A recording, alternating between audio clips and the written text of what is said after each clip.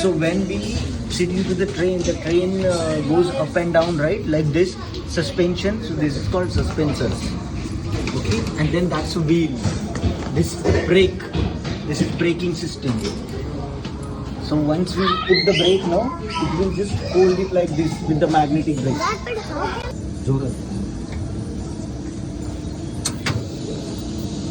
आता खाली आलं. आता हे जात जोरात. आता ते वर जाईल. हे बघ लॉक झालं.